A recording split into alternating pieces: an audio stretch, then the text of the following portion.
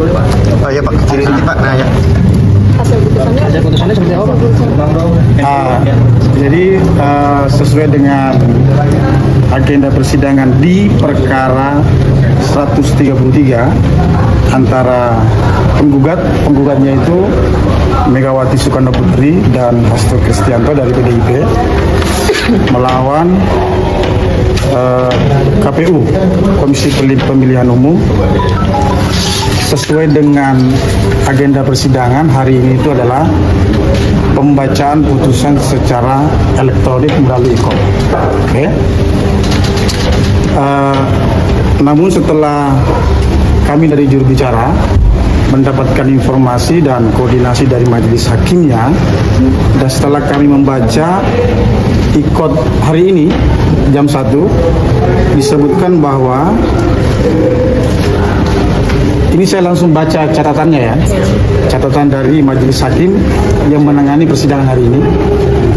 Diberitahukan kepada penggugat PDIP, tergugat KPU, dan tergugat 2 intervensi kepada pihak intervensi bahwa hari ini seyogyanya agenda persidangan adalah pembacaan putusan pada hari Kamis tanggal 24 Oktober 2024 jamnya sama, jam 1 waktu Indonesia Barat melalui sidang e-court juga.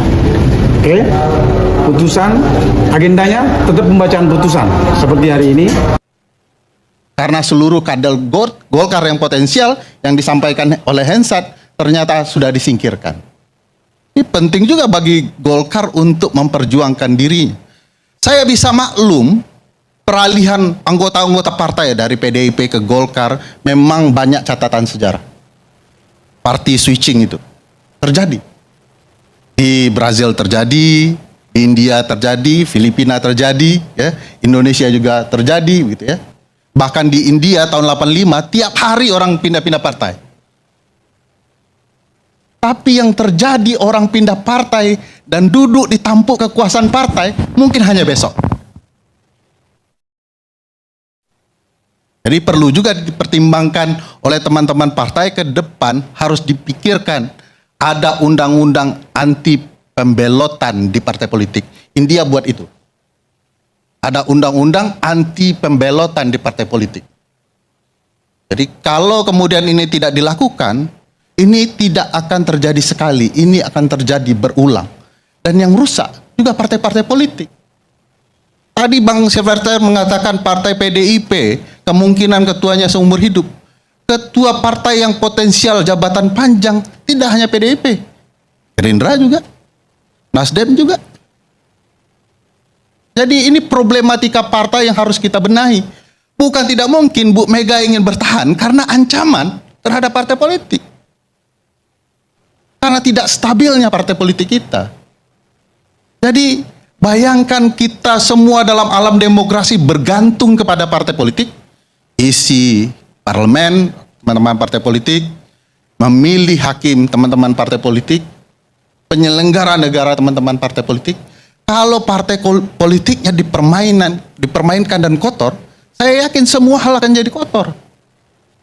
Jadi kita tidak akan pernah bisa menerima partai sebesar Golkar, meskipun saya bukan kader Golkar, dipermainkan seperti ini, karena ini juga mempermainkan demokrasi kita. Bagaimana kalau ternyata betul Pak Jokowi akan masuk ke tubuh Golkar karena ada pernyataan teman-teman partai Golkar? Tidak ada salahnya Pak Jokowi kembali ke partai Golkar. Bagaimana dengan ADART yang harus 5 tahun? Jawaban teman-teman partai Golkar sederhana, ubah ADART-nya.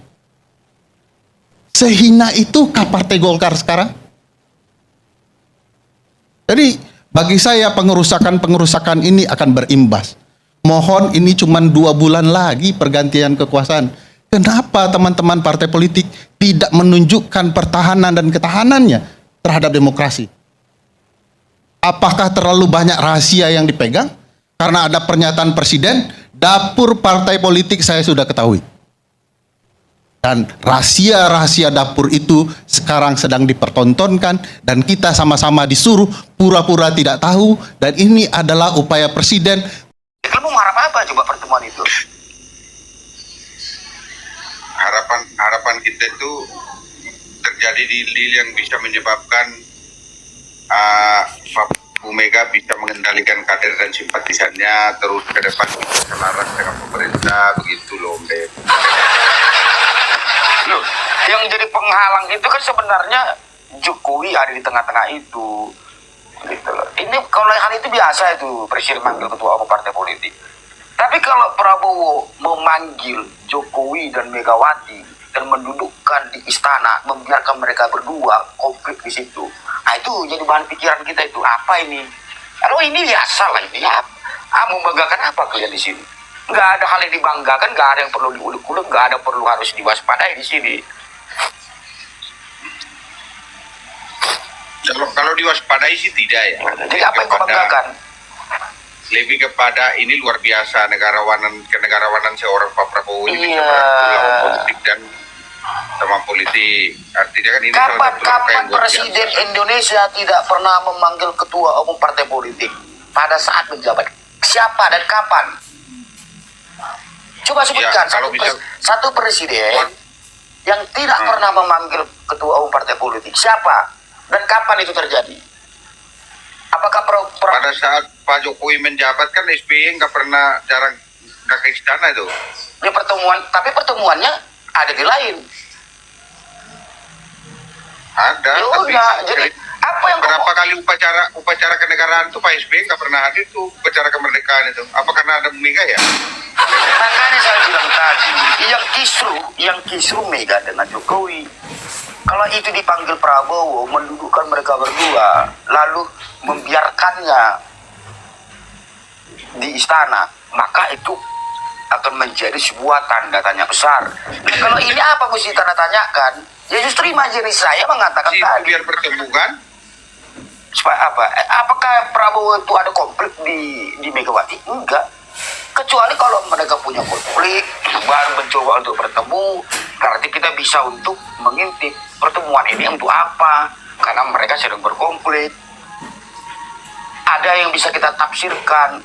Lu ini tidak ada berkonflik, bertemu ya biasa ini memanggil ketua umum. Berarti presiden manggil ketua umum. Makanya saya bilang tadi, jangan-jangan saya anggap sebuah imajinasi saya, jangan-jangan kekhawatiran Prabowo yang dulu pernah diucapkan di dalam Indonesia Bubar, dia menanya Megawati.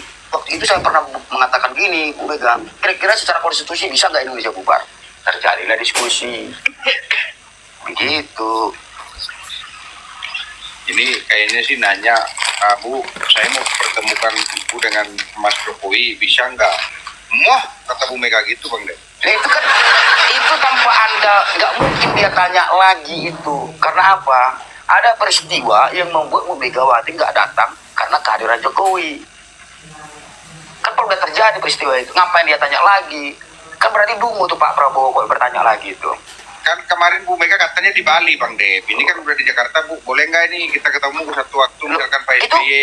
Itu rupanya, duduk gitu. apakah tidak bisa diwakilkan? Ada kesibukan dia di Bali? Diwakilkan sama Mbak Puan. Enggak, apakah yang kegiatan di Bali itu tidak bisa diwakilkan sehingga Bu Megawati bisa langsung ke istana atas panggilan presiden? Dengar ya, panggilan presiden itu, ya, panggilan presiden itu memang diwajibkan untuk datang. Tetapi panggilan itu adalah suatu kehormatan besar, kehormatan. Kamu aja kalau seandainya benci dengan salah satu presiden, lo dipanggil, dibawamu naik lo. Seorang presiden pun memanggil saya, dibawamu naik. Gimana? Apalagi lo nggak siapa-siapa. Lo dipanggil Terus kan kemarin pas dipanggil pertama nggak hadir, malah milih ke Bali. Sekarang giliran sudah pada bubar, Bu Mega yang hadir. Nah itu mungkin ditanya juga kemarin kenapa nggak hadir, kan kemarin kalau hadir harus itu dia sibuk di Bali.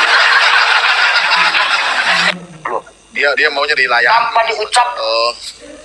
tanpa diucapkan beliau, tanpa diucapkan Bu Megawati yang katanya ada kesibukan di Bali, publik sudah bisa menafsirkan itu bukan alasan dalam pemanggilan karena ada Jokowi hadir di situ.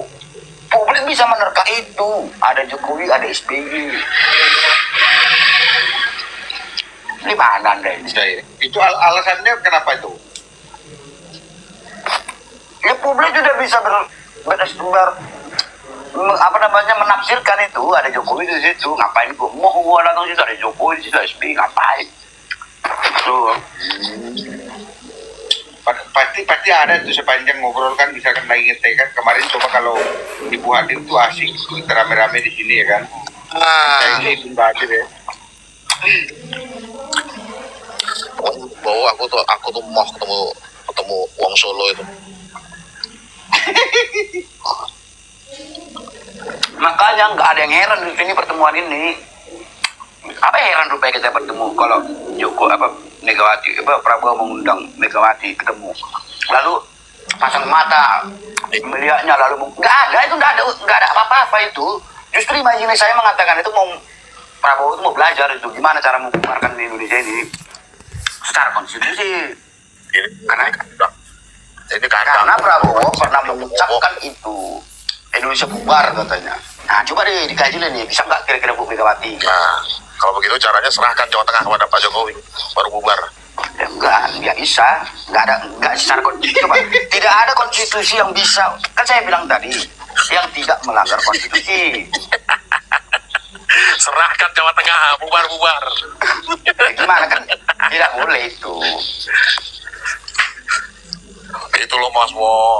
Ya, Jawa Tengah yuk kandangku, jangan dikoyo-koyo gitu loh. Jadi apa yang mau ada kalian yang pendukung Prabowo membanggakan pertemuan ini? Nah, ini pertemuan biasa ini.